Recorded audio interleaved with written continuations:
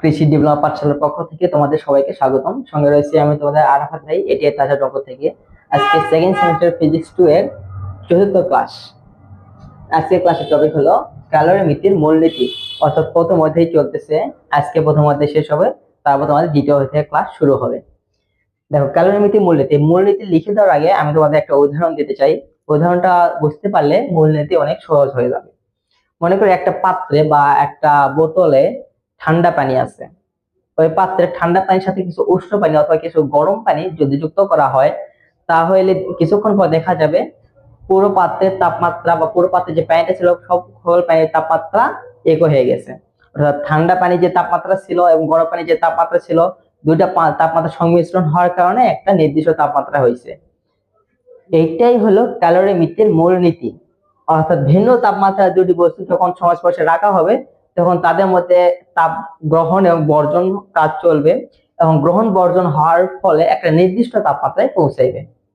এইটা হলো ক্যালোরিমিতির মূলনীতি। মানে মূলনীতিটা লিখে দিচ্ছি, তোমরা নোট ডাউন করে নাও।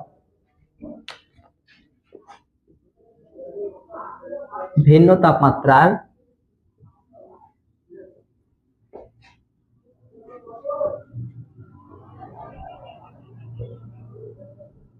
দুটি বস্তু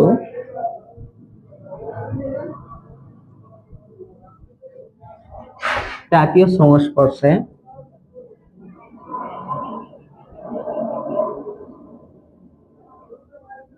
রাখা হলে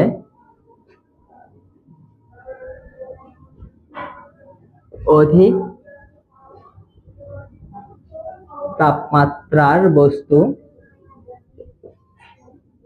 তাপ কি করবে? বর্জন করবে।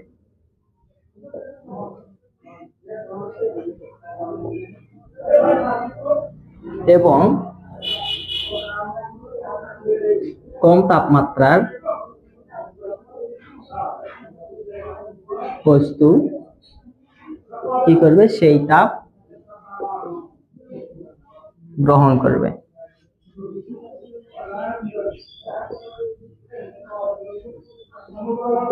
গ্রহণ করার ফলে পরিশেষে কি হবে?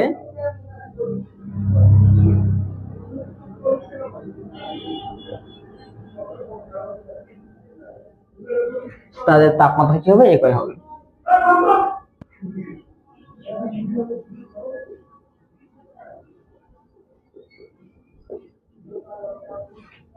তাহলে কি বললাম? ভিন্ন তাপমাত্রার দুইটি বস্তু যখন তাপীয় সংস্পর্শে বা কাছাকাছি রাখা হবে, তখন যে অধিক তাপমাত্রার বস্তুটা ছিল সেই তাপমাত্রার বস্তু তাপ বর্জন করবে, এবং যে কম তাপমাত্রার বস্তু ছিল সেই বস্তুটা অধিক তাপমাত্রার বস্তু বর্জিত তাপ কি করবে? গ্রহণ করবে। গ্রহণ করার ফলে তাদের তাপমাত্রা কি হবে? একই হয়ে যাবে। তাহলে কি হলো? অর্থাৎ কি হবে? গৃহীত তাপ সমান বর্জিত তাপ। আচ্ছা, একটা উদাহরণ দেই ব্যাখ্যা। মনে করো এখানে গরম পানি আছে, হ্যাঁ, গরম পানি, এর তাপমাত্রা আছে হলো 20 ডিগ্রি। আর এখানে আছে হলো মনে করো ঠান্ডা পানি, এর তাপমাত্রা T2 তাপমাত্রা মনে করো 10 ডিগ্রি। তাহলে এখানে কি হবে? দেখো, এর তাপমাত্রা কিন্তু বেশি, এর তাপমাত্রা কম। তাহলে এই অধিক তাপমাত্রা এই বস্তু কি করবে? তাপ বর্জন করবে। এবং এই তাপমাত্রা এই বস্তুটা এই বর্জনকৃত তাপ কি করবে? গ্রহণ করবে। তাহলে এর তাপমাত্রা যেহেতু বেশি, এর তাপমাত্রা কি করবে? বর্জন করবে। তাহলে এ কি হবে? বর্জনকারী। এর নাম কি? বর্জনকারী। আর এ কি করতেছে? এই তাপমাত্রা গ্রহণ করতেছে। তাহলে এ কি হবে? গ্রহণকারী।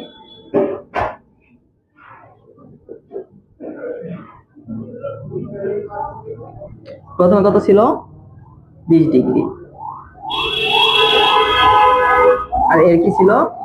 10 ডিগ্রি। তাহলে এই 8 ডিগ্রি কি করলো? বর্জন করলো। মনে করো 90 ডিগ্রি হলো, 99 ডিগ্রি হলো। এই 8 ডিগ্রি কি করবে? গ্রহণ করবে। তাহলে কি হলো? 11 ডিগ্রি। এ আরো 1 ডিগ্রি বর্জন করছে, মনে করো 18 ডিগ্রি। এই 1 ডিগ্রি কি করছে? আবার গ্রহণ করছে। তাহলে কত হলো? 12 ডিগ্রি। এ আরো 1 ডিগ্রি বর্জন করছে, এ কি করছে, ওই আরো 1 ডিগ্রি তাপমাত্রা গ্রহণ করছে, তাহলে তাপমাত্রা কত হলো 13 ডিগ্রি। এ আরো বর্জন করছে 16 ডিগ্রি। বর্জন করার ফলে এর তাপমাত্রা কত হয়েছে 14 ডিগ্রি। এ আরো 1 ডিগ্রি বর্জন করছে 15 ডিগ্রি। এর তাপমাত্রা কি হয়েছে তখন 15 ডিগ্রি। দেখো আর কিন্তু বর্জন করা যাবে না, এর তাপমাত্রাও 15 ডিগ্রি, এর তাপমাত্রাও 15 ডিগ্রি, দুটো তাপমাত্রা কিন্তু সমান হয়েছে। অর্থাৎ যে উষ্ণ পানি ছিল বা গরম পানি ছিল, এর তাপমাত্রা ছিল 20 ডিগ্রি এবং ঠান্ডা পানির তাপমাত্রা ছিল 10 ডিগ্রি। এখন এই 20 ডিগ্রি তাপমাত্রা আস্তে আস্তে তাপমাত্রা বর্জন করতে করতে করতে করতে এক সময় 15 ডিগ্রি তাপমাত্রায় পৌঁছাইছে।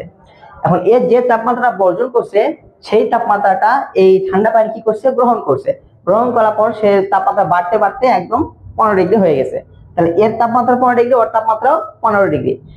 আর এখানে কেউ গ্রহণ করতে পারবে না, বর্জন করতে পারবে না, যেহেতু তাদের তাপমাত্রা কি হয়েছে, সমান হয়েছে। এইটাই হলো ক্যালোরিমিতির মূলনীতি। তাহলে কি হলো এখানে, অর্থাৎ গৃহীত তাপ সমান বর্জিত তাপ। এটাও 15 ডিগ্রি, এটাও 15 ডিগ্রি। তাহলে মূলত এটাই ছিল ক্যালোরিমিতির মূলনীতি। আজকে তোমাদের প্রথম অধ্যায় শেষ হইলো, দেন নেক্সট ক্লাস থেকে তোমাদের দ্বিতীয় অধ্যায় শুরু হবে। তো সবাই সুস্থ থাকো, ভালো থাকো, আল্লাহ হাফেজ।